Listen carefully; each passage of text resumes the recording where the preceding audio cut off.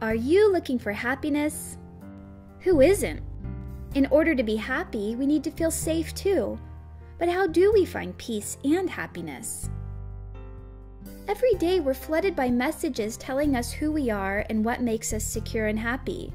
It sounds a bit like this: happiness equals buying things, and security equals punishing crime. Let's call this the old story. It shows a rather uninspiring picture of humankind. But does it work? Does buying stuff actually make us happy? Are punishment and revenge really making us secure? The answer is no. Studies show that once people have the basics, wealth doesn't add to happiness but even reduces it. Also, huge incarceration rates eventually lead to more crime. And as a military commander in Iraq once said, we're making terrorists faster than we can kill them. The good news is that for the last 30 years, science has been telling us an entirely different and much better story. For example, our brains reward us powerfully when we do something selfless for others. It gives us a strong sense of meaning and fulfillment, key elements of true happiness.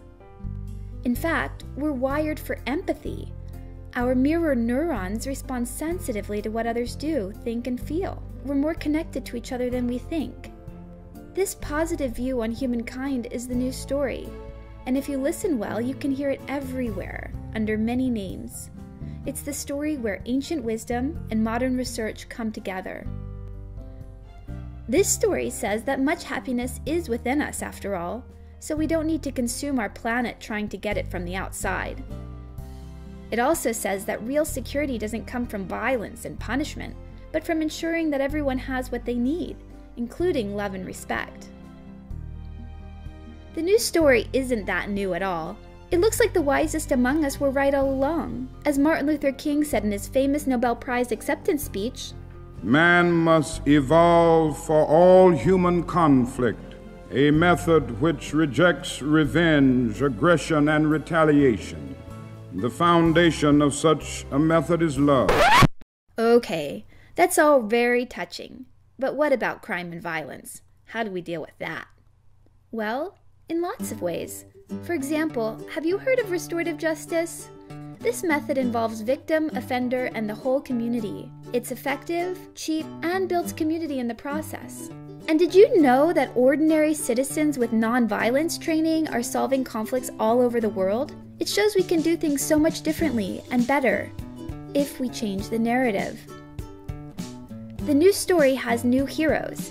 Here, we're not consumers but contributors.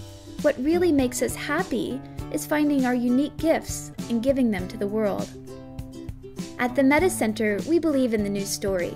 We all have a role to play in making it come true. If you are up to the task, we can help you. Our website offers lots of free resources to help you learn the new story. We've even built a roadmap to get you started. Want to be a part of this story? Share it with others.